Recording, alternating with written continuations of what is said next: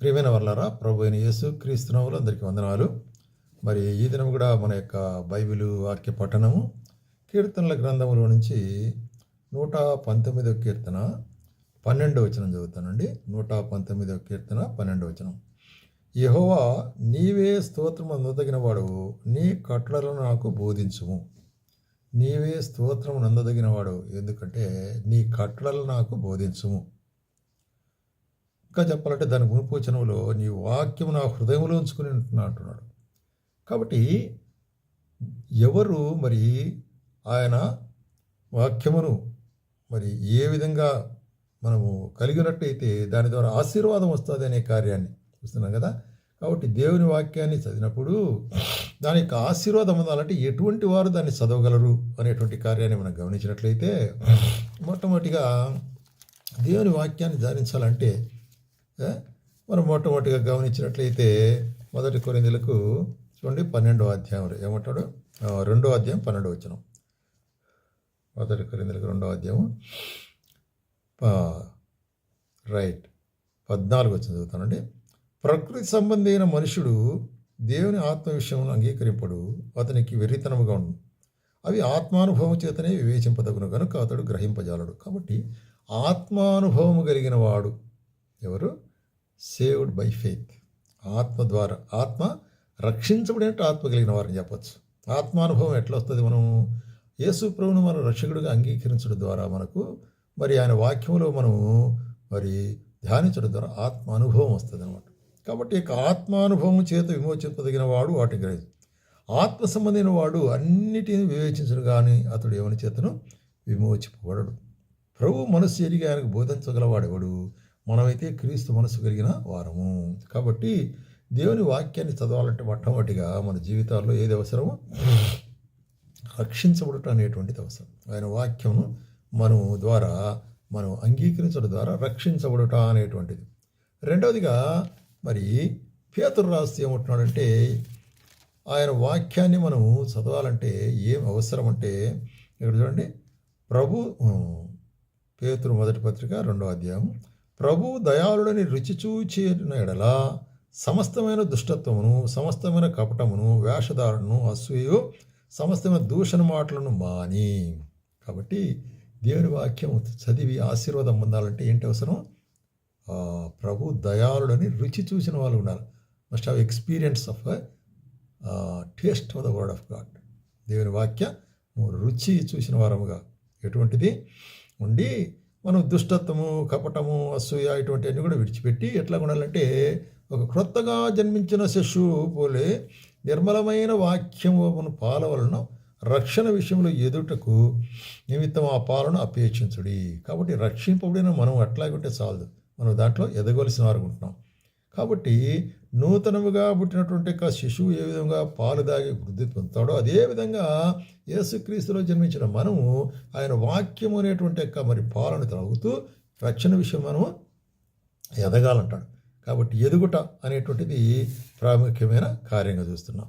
అట్లాగే మనం మూడవదిగా గమనించినట్లయితే మరి అపోస్తుల కార్యములో 17వ అధ్యాయంలో ఒక మాట చూస్తున్నాం. అపోస్తుల కార్యములు 17వ అధ్యాయంలో ఇక్కడ అపోస్తుల పౌలు ఏం చేస్తున్నాడంటే 10వ వచనం. వెంటనే సహోదరులు రాత్రివేళ పౌలును శీలను బెరయకు పంపించుంటున్నారు కదా.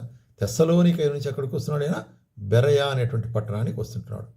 వచ్చిన తర్వాత మరి వీరు తెస్సలోనికలో ఉన్న వారి కంటే ఘనులయుండిరి కనుక ఆసక్తితో వాక్యమును అంగీకరించి పౌలును శీలను చెప్పిన సంగతులు ఆగున్నవో లేవో అని ప్రతిదినము లేఖలను పరిశోధించుచిరి.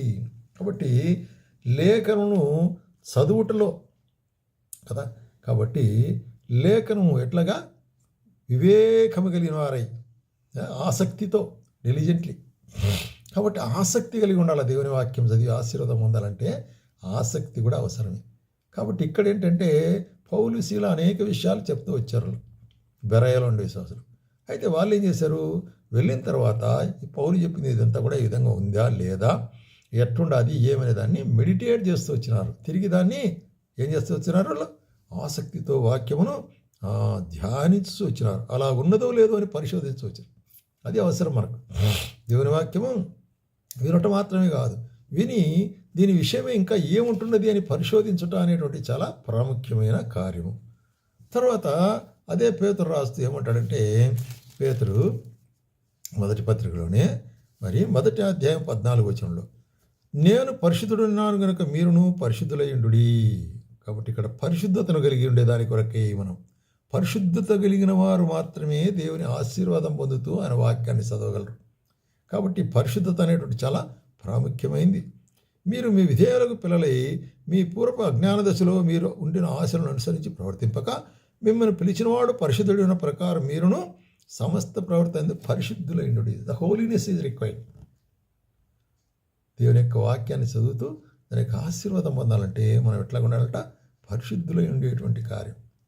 కాబట్టి మొట్టమొదటిగా తిరిగి జన్మించిన వారుగా మనం ఉండాలా.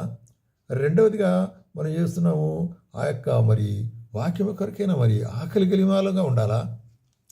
చూసినట్టయితే మూడవదిగా మనం చూస్తున్నామంటే దాన్ని ధ్యానించే వారంగా మనం ఉండాలి. నాలుగవదిగా పరిశుద్ధత అనేటి దాన్ని మనం మెయింటైన్ చేసుకునే వాళ్ళకి ఉండాలి.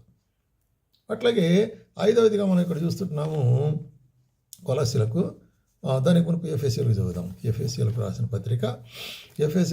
పత్రిక 5వ అధ్యాయము, ఎఫెసీలకు 5వ అధ్యాయము రైట్ 18 వచనం, 5వ అధ్యాయం 18 వచనం ఏమంటాడు ఇక్కడ చూడండి. మరియు మద్యముతో మత్తులో ఉండకుడి, దానిలో దుర్వ్యాపారం కలదు, అయితే ఆత్మపూర్ణులయుండుడి. ఆత్మపూర్ణత, ఫిల్డ్ విత్ ద స్పిరిట్ అనేటువంటిది ప్రాముఖ్యమైనది. దేవుని వాక్యం చదివి ఆశీర్వాదం పొందాలంటే ఏది అవసరం?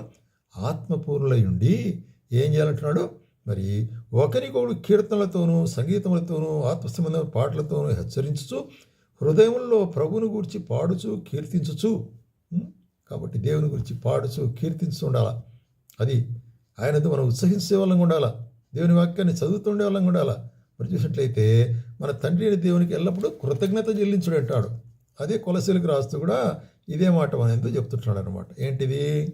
కొలసీలకు 3:16 ఏమంటాడంటే, మీరు సంగీతములతోనూ కీర్తనలతోనూ ఆత్మ సంబంధమైన పద్యములతో ఒకరికొకరు బోధించు అని చెప్తూ కృపాసహితమైన బుద్ధి చెప్పుతూ కృపాసహితముగా మీ హృదయంలో దేవుని గురించిన గానము చేయొచ్చు, సమస్త విధములైన జ్ఞానముతో క్రీస్తు వాక్యం మీరు సమృద్ధిగా నివసింపనీయుడి. So let the word be live abundantly in our life. కాబట్టి సమృద్ధి అయినటువంటి మరి నింపుదల అనేటువంటి కార్యాన్ని చూస్తున్నాం. కాబట్టి దేవుని వాక్యం చదివేదానికి మనం ఈ కారణంలో కలిగిన వారంగా ఉండాలి. అప్పుడే ఆయన వాక్యం చదివి దాని ద్వారా మనము ఆశీర్వాదం పొందుతాం. ఆ విధంగా ఉండటకు ప్రభు మనకు సహాయం